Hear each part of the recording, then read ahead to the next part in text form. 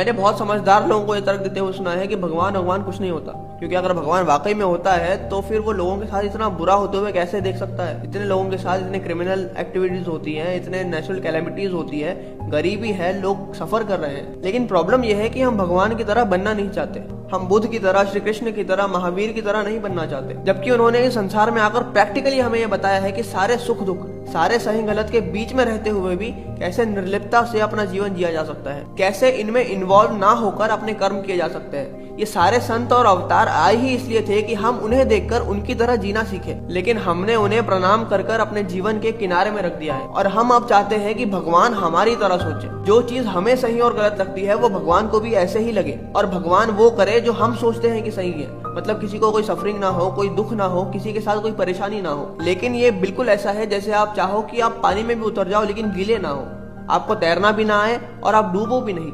अरे पानी का तो नेचर है आपको गीला करना, और अगर आपको तैरना नहीं आता है तो आप डूबोगे। लेकिन अगर आपको तैरना आता है तो आप उसी पानी में आनंद से तैरते हुए जीवन का मजा लोगे। और बाहर से लोग देखकर ये बोलेंगे कि देखो देखो पानी कितना बुरा है, एक को तो डुबा दिया और दूसरे को तैरने दे रहा है। जबकि ये पानी की गलती नहीं है, बल्कि ये हमारी और आपके सोच की सीमा है। इसी तरह ये प्रकृति का स्वभाव है। इसकी रचना में ही ये बात डाल दी गई है कि सुख और दुख दोनों होंगे, सही और गलत होता रहेगा। और ये सिर्फ इंसान की दुनिया में नहीं बल्कि पशुओं की दुनिया में भी होता है। हिरन के नए जन्मे छोटे से बच्चे को उसकी माँ के सामने शेर खा जाता है। पशुओं के नाजुक अंडे जो घोंसलों में होते हैं, बंदर उन्हें खेल खेल में गिराकर तोड़ देते हैं। एक हाथी जब जमीन पे चलता है जंगल में तो वो कई सारे चींटियों के घर तबाह कर देता है।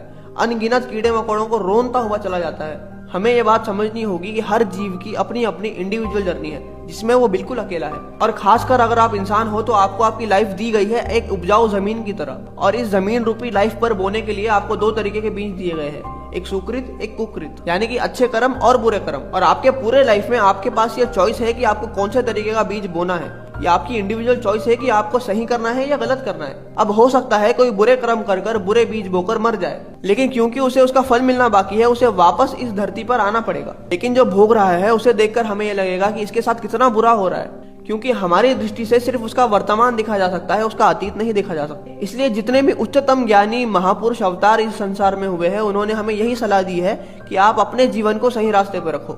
भगवान आपके सुख और दुख की जर्नी में तब तक दखल नहीं देते जब तक कि आप कर्म कर रहे हो। जब तक आप निष्काम होकर पूरी तरह से समर्पित नहीं हो जाते तब तक सुख और दुख होता रहेगा। जब आप स्विमिंग सीखने जाते हो तो वहां पर ट्रेनर भी आपको यही बोलता है कि पूरी तरह से रिलैक्स होकर अपने आप को पानी को सौंप दो, क्योंकि जितना पैनिक करोगे और जितना स्टिफ आप अपनी बॉडी को रखोगे उतने ही आप डूबते जाओगे। जिस दिन आपको तैरना आ जाएगा ना, उस दिन आपको ये भी समझ में आ जाएगी कि पूरा संसार क्यों डूब रहा है।